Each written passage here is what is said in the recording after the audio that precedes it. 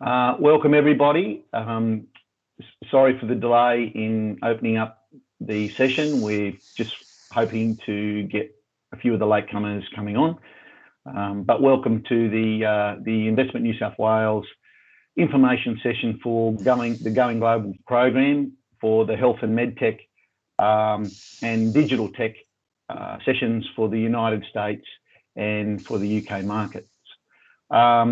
I'd like to begin by acknowledging the traditional owners of the land on which we meet today, the Gadigal people of the Eora Nation, and pay my respects to the elders, past, present, and emerging. Welcome everybody. The guidelines for today are, please bear with us with the technology. It can be a bit temperamental at times, and I'm sure everyone's been used to that over the last year or so in terms of dealing with these sorts of things.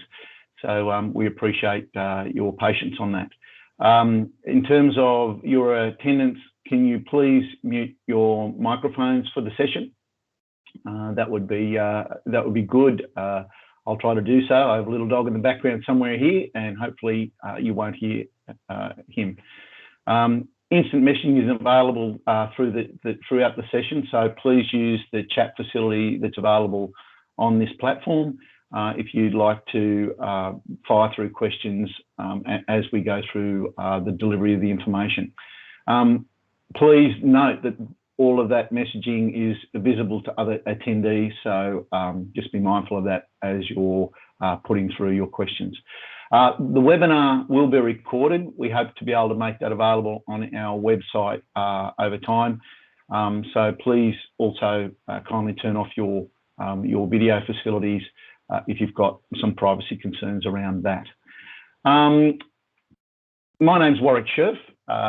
I'm the Associate Director for Export Programs here at Investment New South Wales. I've got a background in primarily the food and agribusiness sectors, but across sales, marketing, and general management.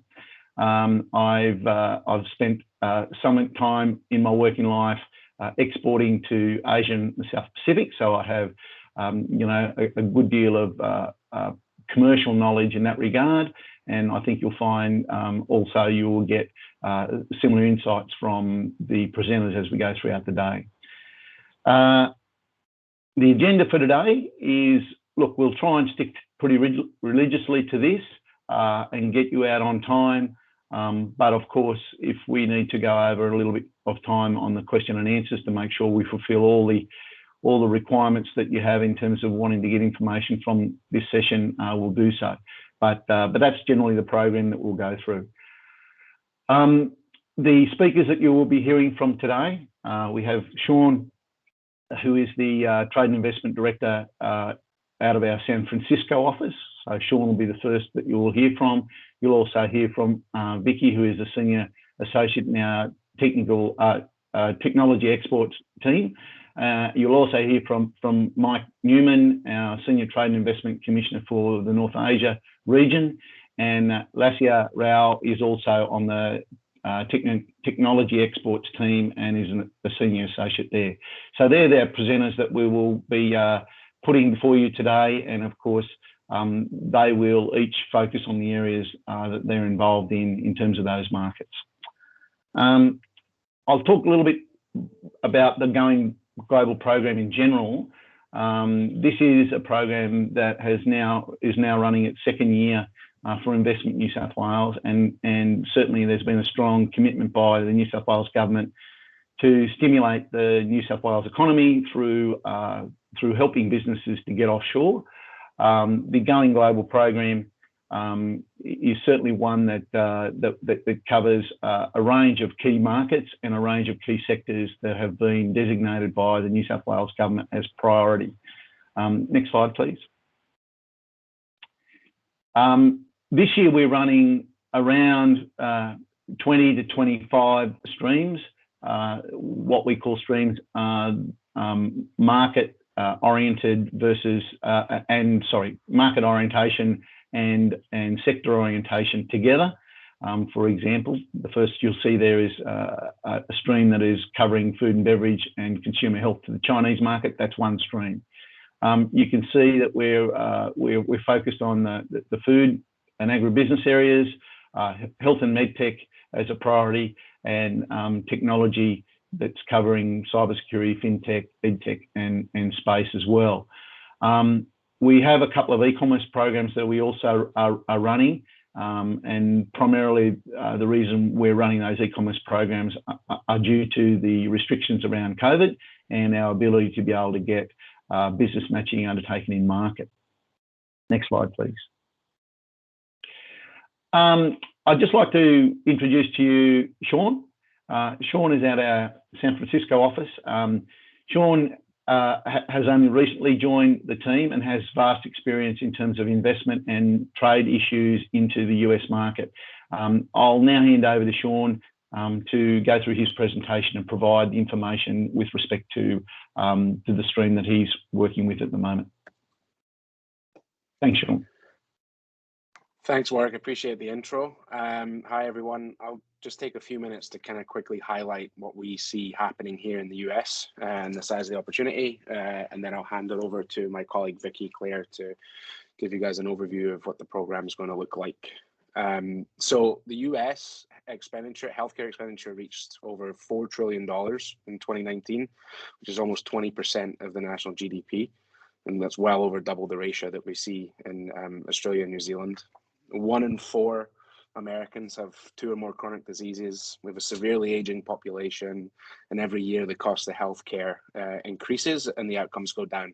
It's quite frankly the worst retail experience in America.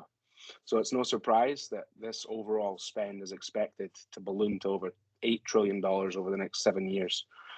The US remains the largest medtech market in the world. It's worth over $150 billion alone last year. We also account for about 40% of the med device industry, importing around $30 billion in goods annually. The COVID-19 pandemic has been a monumental accelerant for key parts of the industry. With people no longer tolerating the status quo, incumbents have finally been forced to digitize, and big tech's increasingly getting into the market. Key trends that we're seeing here in the US are in spaces like EHRs, remote care, wearables, healthcare interoperability, portable diagnostics, and many others. We're also home to some of the most world-renowned institutions and innovation clusters for medtech in the world. Places like the Boston Cambridge Hub up in Massachusetts, down the Northeast Corridor to places like New York, New Jersey, and Pennsylvania. There's key hubs in North Carolina, Illinois, Missouri, and then obviously out here where I am in California, both down in San Diego and right here in Silicon Valley. Looking at some of the investment trends that US-based healthcare startups have dominated lately, raising something like $60 billion already through 3 quarters this year. 18 billion plus of that was in just this last quarter alone across 800 plus venture deals. That, you know, in terms of comparison, that's compared to about 8 billion plus in Asia, over 700 plus deals, and 3 billion in Europe. As of Q3 2021 this year, the US is home to 63 of the 90 healthcare unicorns globally, and is the only region over the last quarter to mint brand new unicorns, including the likes of Carbon Health and Commure. Digital health startups have specifically raised 27% more funding this year through Q3 than on all of 2020 globally. And the US continues to lead this segment by quite a wide margin, with $8.5 billion invested just last quarter. Med device is the same story. Year-to-date funding has already surpassed 2020 by the end of last quarter, with 17 billion globally, over 1,300 deals so far. In 2020, Austria reported that Australian medtech companies exported $69 million in value to the US alone. And part of the program here, we look forward to kind of supporting your companies to grow that number and move forward. So with that, I will hand over to Vicky Clare to give an overview of what the program is going to look like. Thanks, Sean. That was great. Yes, I have unmuted myself. Thank you. It's great to have you here today and to be sharing more about this MedTech and Life Sciences Going Global Accelerator, program to the US. Can we click through to the next slide, please? Thank you. So as Sean was outlining, the US opportunity for life science companies is vast, and we want to help you focus because the US market is all about being able to focus.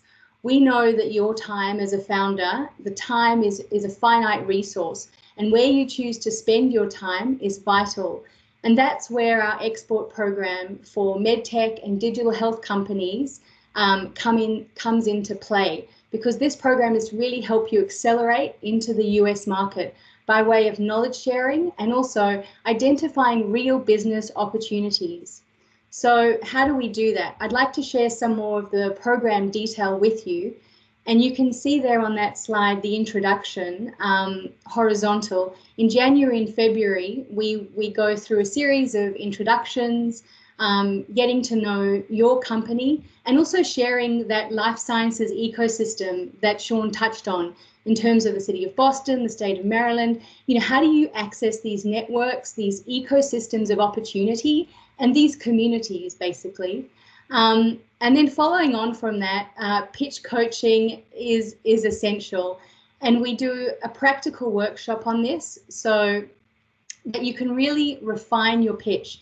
And for this part of the program, we engage US service providers and really work with you to refine your verbal pitch, your deck as well, your slide deck, in terms of your customer pitch, your investor pitch, with somebody in terms of a US service provider who really knows what resonates with the US market.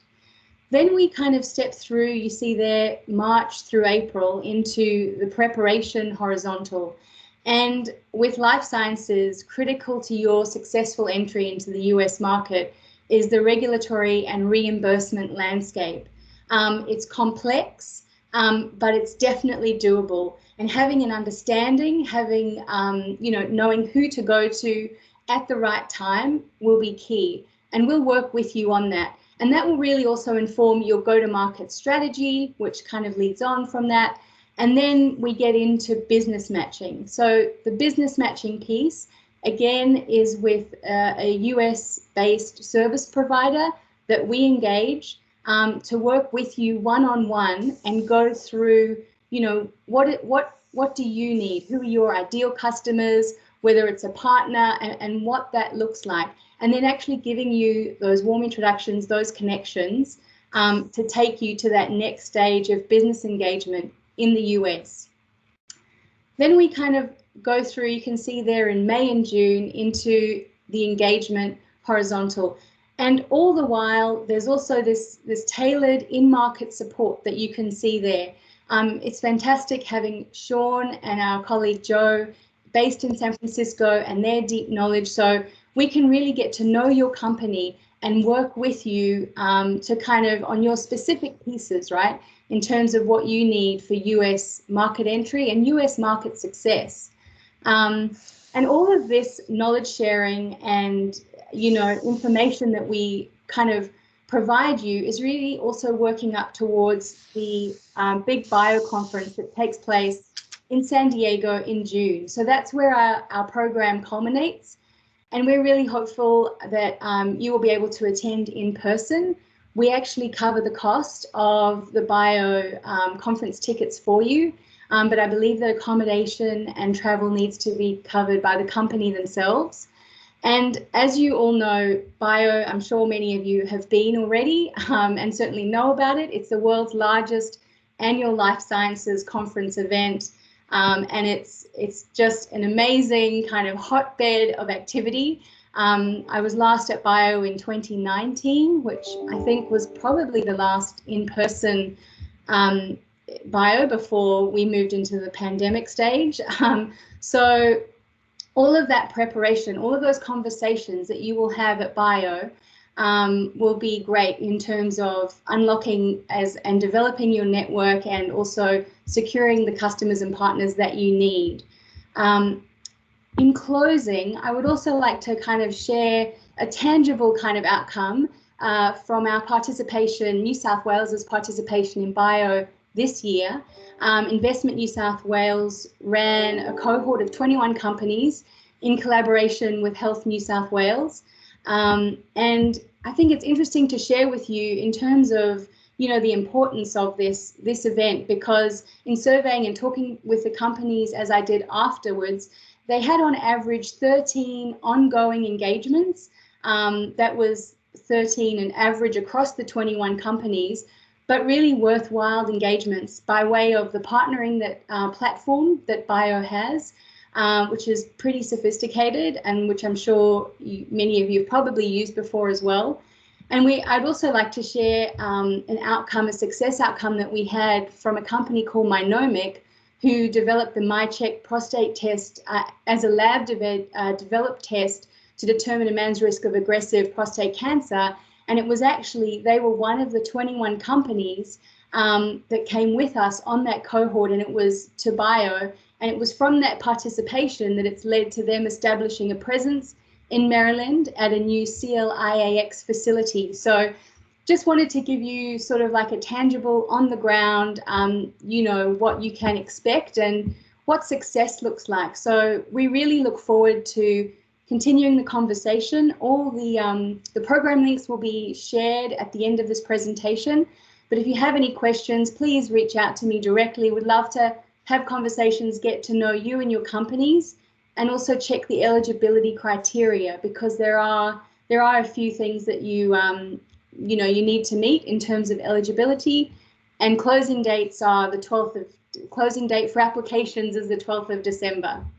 So that's all from me. Thank you so much. I'm going to hand it back to you, Warwick. Thanks, Vicky, and thanks, Sean. You know, clearly a lot of opportunity there, as Sean briefly profiled, and you can see the enthusiasm and passion with which, you know, our team really want to get behind businesses to get them to launch into these markets. I'll now draw our attention to the North Asia market, and want to introduce Mike Newman, our Trade and Investment Commissioner, Senior Trade and Investment Commissioner. I've knocked you down a couple of pegs there, Mike. Sorry about that. To North Asia. Mike has vast experience in terms of international business in that region, and has spent a lot of years working in Japan, and most recently has spent 5 years as a consultant to business in that region, working out of both Sydney and Tokyo offices. I'd like to hand over to Mike just to introduce, you know, the opportunities in that marketplace, and then of course Mike will hand on to Lasia, then to go into again the same sort of detail that you've just heard from Vicky around the program for that market as well. Over to you, Mike. You're on mute, Mike. Sorry about that. Was taken off. Okay, there always is one, isn't there? Hi everybody, my name is Mike Newman. I'm the as Warwick mentioned, the Senior Trade and Investment Commissioner for North Asia, so that's the Japan and Korea markets. I have a 38-year association with North Asia. I've lived in the region for over 20 years, and about a quarter century of all that time has been in investment banking. So I take on the commissioner role with a very commercial bent, and companies that are looking to apply to this program know that in the North Asia market, we are very, very keen to engage you with that mindset. Having said that, our team at the moment is 4 people in North Asia, but that's likely to be 10 in the next 6 months, and we're probably going to be expanding even further from there.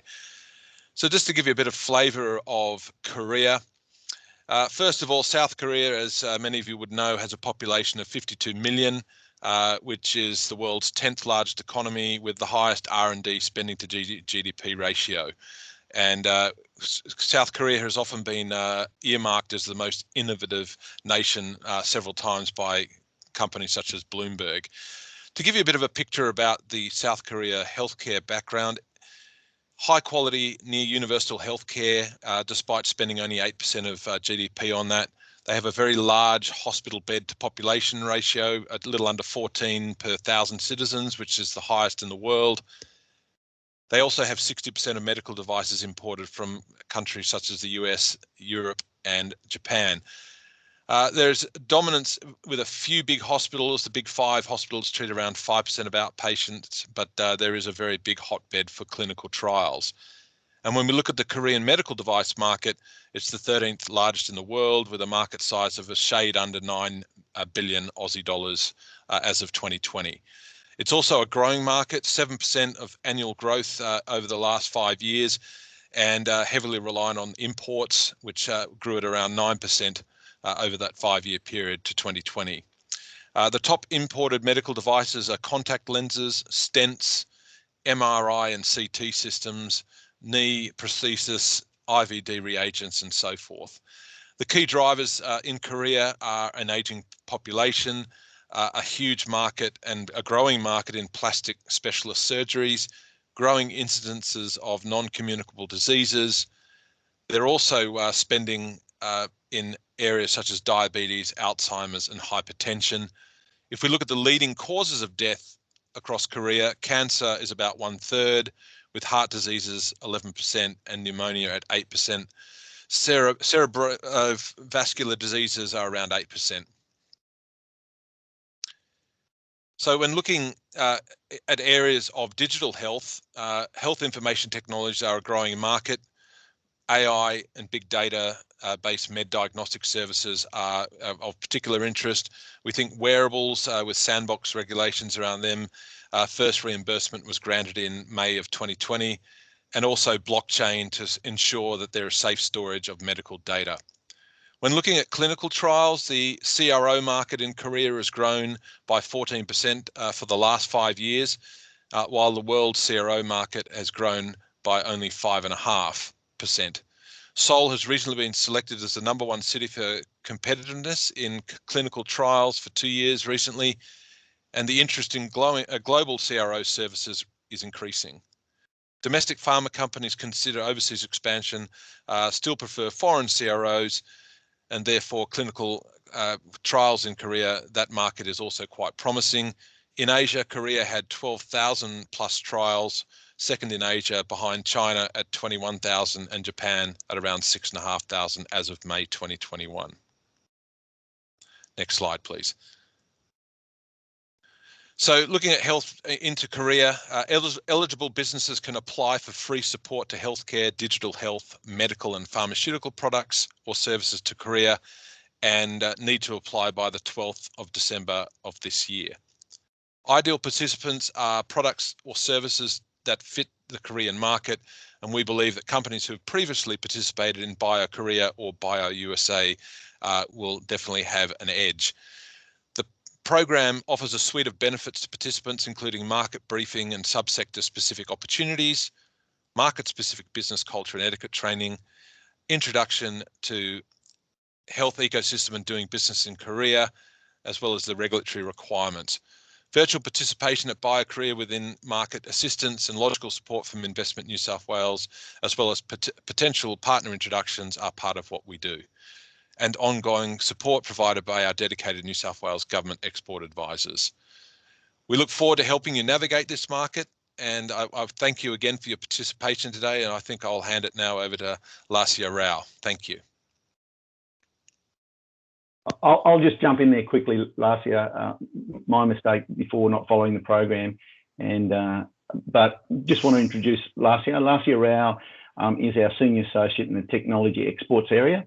Lasia has recently joined us from Austrade, where she spent the most of her time helping tech businesses get offshore, and had 3 years really driving tech exports there, and being supportive to over 130 companies to expand to the North America, Europe, Asia, and the Middle East. Lasia is now going to speak to you about our program to the UK. And thanks, Mike, for covering off the Korean piece. Over to you, Lasia. Thanks very much, Warwick. Today I'm looking forward to telling you a little bit more about the Medtech opportunity in the UK. And there are really a multitude of reasons why the United Kingdom could be a great market for your business to sell into and develop partnerships. First is the size and strength of the medtech sector in the UK, which turns over the equivalent of 40 billion Australian dollars annually. And this turnover isn't just generated by multinational giants, but also by a large number of SMEs spread around the country. Over 80% of UK health technology businesses are small to medium-sized, indicating an advantageous playing field for medtech scale-ups looking towards the UK. Most turnover in the UK life sciences industry comes from in vitro diagnostics, followed by single-use technology, digital health, orthopedic devices, and assistive technology. Population health trends are really driving demand for these kinds of innovative healthcare solutions. The population in the UK is aging, much like we heard from Sean, the population in the US is also aging. And the proportion of the population aged 85 years and over is projected to almost double over the next 25 years. Chronic conditions such as diabetes, chronic pain, and cardiovascular, respiratory, and neurological conditions are also on the rise. About 26 million people in England alone have at least one chronic condition, according to the NHS. That's around 46% of the population of England. And there is appetite for solutions from foreign market entrants. The UK medtech imports industry kind of equaled about 16 billion Australian dollars in 2020. Significant buyers of medtech solutions into the UK include the massive public healthcare system, the National Health Service, or NHS for short. The NHS accounts for a whopping 85% of UK healthcare provision and is the biggest purchaser of medtech. It spends about the equivalent of 9 billion Australian dollars a year through hospital trusts that manage the bulk of its procurement. And the outlook is positive for innovators in digital health.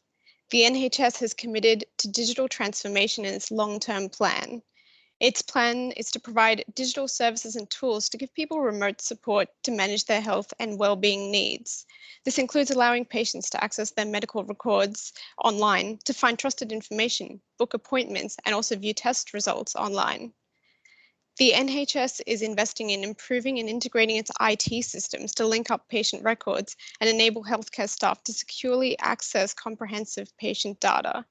It's also aiming to provide staff with technologies that create efficiencies in administration, enabling them to focus more time on patient care and less on paperwork. And all of this is creating great opportunities for digital health companies that can meet these needs.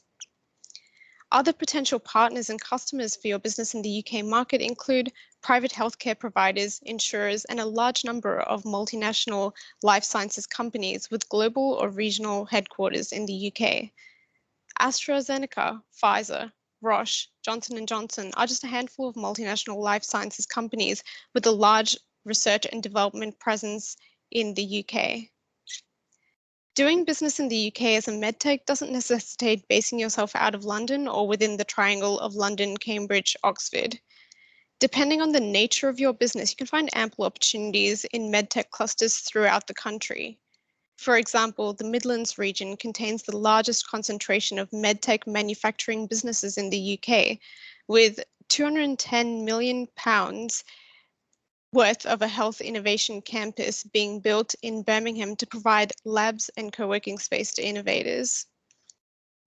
Sectors of opportunity for medtech exporters include clinical diagnostic tools and decision support systems, wearables and integrated devices, telehealth and remote monitoring, and advanced data analytics, for example, using data to identify the best candidates for clinical trials or using AI to predict disease risks.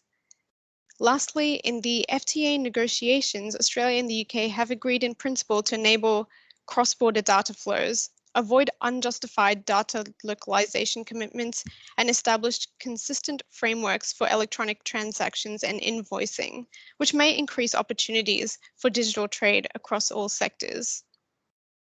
Next slide, please. Our Going Global program for medtechs is designed to help you seize opportunities and supercharge your expansion into the UK. It's a very commercially focused program, and the ultimate aim of our program is to help New South Wales medtechs make deals and win business in the UK. We are partnering with Think and Grow to deliver this program. Think and Grow is a consultancy with offices in Australia and the UK, and it has worked with the likes of Canva, Airtasker, GoCardless, and Zipco to help them structure their operations for international scale. There are 3 overarching phases to our program scheduled to take place over March to June. The first phase will focus on providing critical market education. We want to equip you with the knowledge to succeed.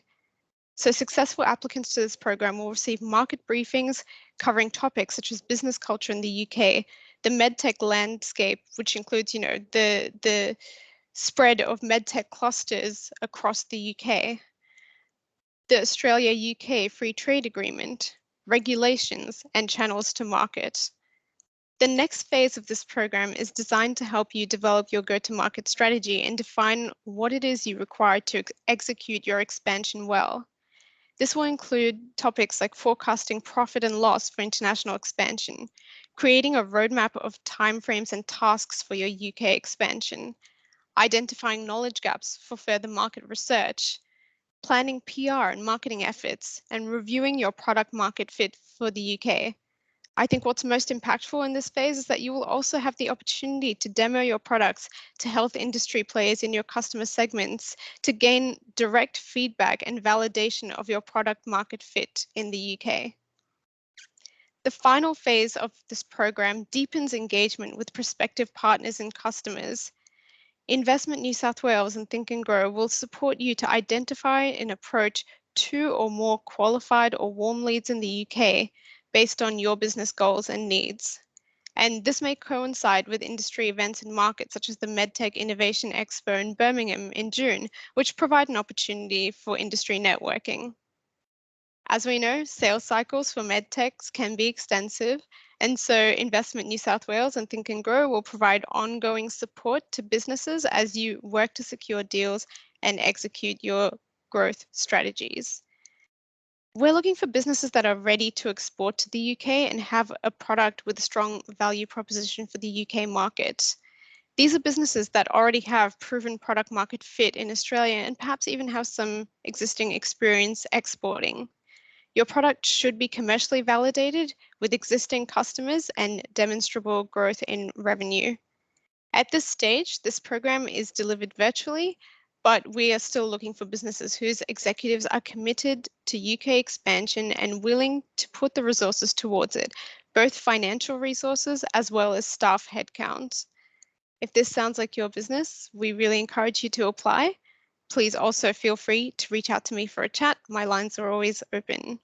And that's all from me. I believe we're now launching into our Q&A, so I'll hand the reins back over to you, Warwick. Thanks very much, Alessia.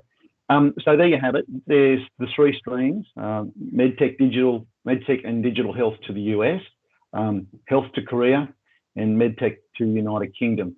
And hopefully you got a bit of an idea about what the opportunities might start to look like for your business into those markets, and got a sense of the type of support that the New South Wales government is looking to provide here before you go to those markets, and there once you're into the markets. And certainly, as Mike spoke about in terms of our international presence, there are intentions to expand that, and certainly our capability and our expertise in those markets to support businesses on their entry is growing all the time.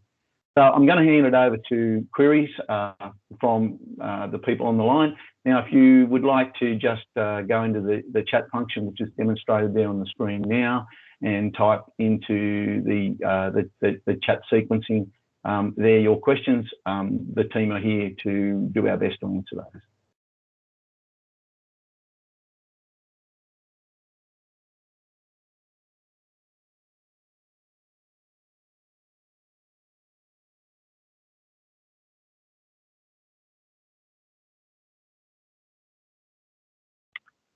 So the question from Joanna there is, can you apply for more than one stream? At the moment, we are restricting participants to a single stream. Experiences have given us indication that that is the way we can deliver the best outcome for a business. But I think all of the speakers have said, let's have a talk first. If you have any queries about what is the best opportunity for your business and your product, please engage with the senior associates there that were online and start to talk through what that might be. But at the moment, we are confining every applicant to only one stream at this point in time. But if we can help you decide which is the best opportunity for you, certainly we'd love to have that engagement.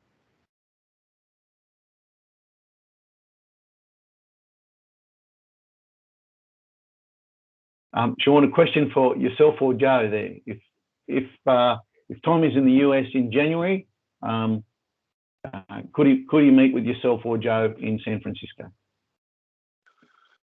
Yeah, 100%. Just shoot. Do you have contact details on the back of this, Warwick?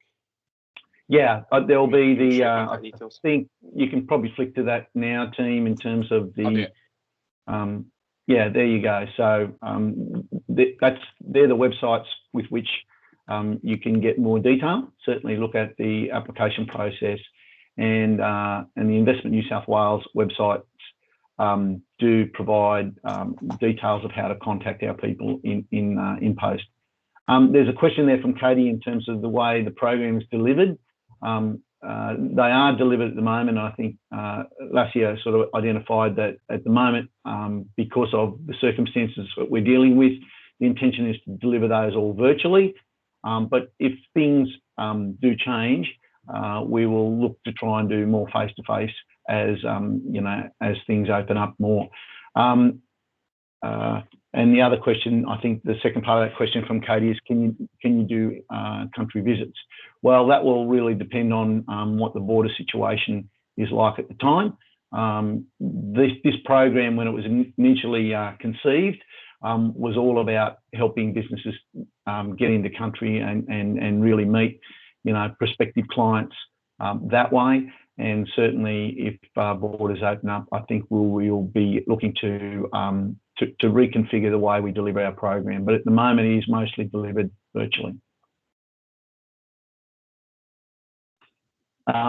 There's a few contact details going to the stream, into the chat stream there at the moment. So if you can pick those up, hopefully they'll be helpful to give you the contact points as well.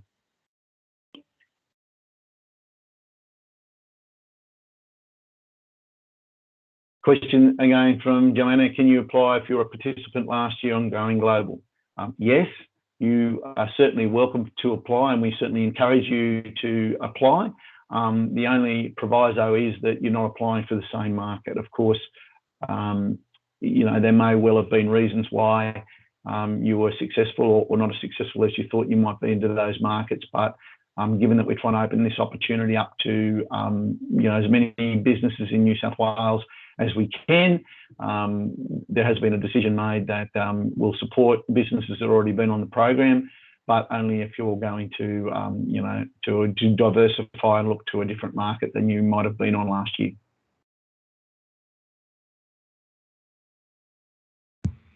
Warwick, there's a question there from Lawrence about, is the New South Wales government providing support in the form of capital funding or subsidy? Okay. Strictly the answer is no in terms of capital funding. There is a number of grants that are available. The primary one that I'm familiar with is the Export Assistance Grant that is open till the 31st of December. Now, it's only a small grant.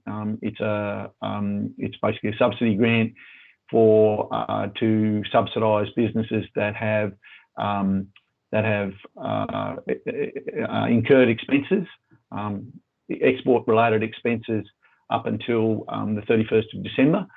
You will have had to have demonstrated some degree or intention to export prior to COVID, because it's a COVID recovery scheme.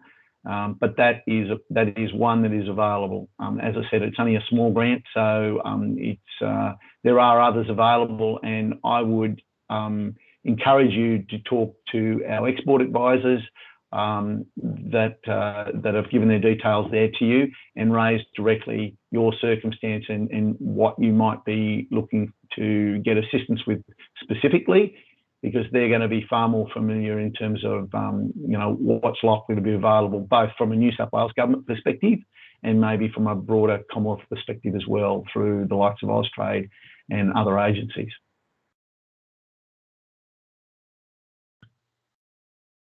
If I'm not fintech or cyber, can you service me? or health? Well, I think the answer to that is yes. We'd like to talk to all tech-related businesses that are looking to export, and certainly whilst we've developed the streams that we've got to go into these marketplaces, we do want to understand where the future demand for this sort of program might be. So we're certainly encouraging, again, a dialogue with the sector more broadly to understand, what the needs might be, and we would probably look at developing a program specifically where a need sort of arises. So the answer to that question, Katie, is yes, we do want to talk to all tech-related businesses. And if I could add a few words also to that, Warwick, Investment New South Wales has recently stood up a dedicated tech export advisory team, which both Vicky and I are part of. And different advisors in this team have different subsector focuses. We really encourage you to reach out. We'll be more than happy to discuss your export plans with you and then discuss with you how we may be able to support. And that's outside the Going Global streams as well. Thanks, Lexi. We've still got a few questions coming in. There's questions related to the access to this material. Certainly, we make it freely available. Just drop a note into the chat stream if you'd like to receive a copy of the presentation pack. I just want to encourage everybody to go and look at the eligibility criteria, which was mentioned before. It's not extensive, but it is quite specific, and it is important that that in terms of exploring this opportunity for support from the New South Wales government, that you do meet that criteria. But again, we want to take the opportunity to reach out to all businesses in the tech space to understand where they're at and what they're looking to commercially achieve by going offshore, and wherever we can, we will look to support either this through this program or maybe through other services that we have in our suite of activities that we undertake. So again, just want to encourage everybody online to have a good look at what is there, try and get the best understanding you can, and if you have any queries whatsoever, please reach out to us using any of the contact points that have been provided to you, or even through our concierge, which is available through that website as well. You can follow any of the activity on these streams through the social media that's up there at the moment. The primary one, which I guess most people in a business context are following, is LinkedIn. And we are regularly putting information out through LinkedIn relating to Going Global and the broad aspects of the program. I'm going to throw it open to the team that are on here at the moment, just to make sure that we've covered everything that they wanted to see covered in terms of information delivered to you people. So open your mic and speak up, any of the team that are online, and just make sure that we're being as comprehensive as we can be in giving the people online as much information as we can.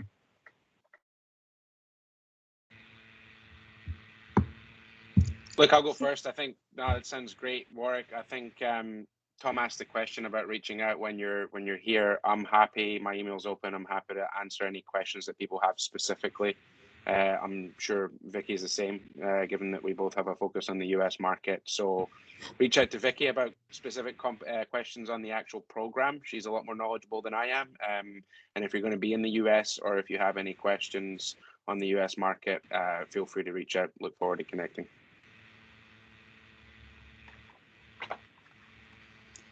There may be, there's probably one thing that we did overlook, and that relates to the UK market. And that is that you may or may not have been made aware that recently New South Wales government appointed an agent general to the UK, and Stephen Cartwright will be taking up that position in post very soon. And as Mike mentioned, with respect to the North Asia office, that office is expanding in terms of its capability and expertise as well. So that just gives you a sense of the seriousness with which the New South Wales government are taking the commercial side of getting exports going into key marketplaces. So I think that sort of evidences the support that we want to give you businesses, not only here as you prepare to step forth into those markets, but once you're there as well. Look, I'm going to call time unless there's anything further that we should cover off. I think, Warwick, just quickly, just to follow up from the Korea market perspective, is that obviously it's a very large market, and I think it goes for all jurisdictions you'll be talking to, is that once you're established, that business tends to be very sticky, which is a good thing, because the types of, hopefully, the services and that you potentially bring to the party really gels. And I know that both for Korea and Japan, they have very big problems with aging populations and growing healthcare costs, which need to be sort of curtailed through more sensible things, and we think your businesses could very much add to that. So we do think that the stickiness is what we find is the exciting part of all of this. So once again, thanks very much for your participation, and again, if you have anything to do with the Korean market, contact any of the like Warwick or even myself in country, or Eugene Kim, who is our key business development manager there in Seoul. Okay, thanks everybody. Really appreciate your time today. Hopefully you've got a little bit of information with which to mull over, and we'd really like to see you on the program. We're looking forward to supporting all of you should you choose to apply for the program over the next 6 to 9 months in terms of your endeavours to really forge ahead in terms of your global sales. I'll pull time on the session, and again, thanks for your participation. Bye. Thanks, everyone. Bye. Thank you.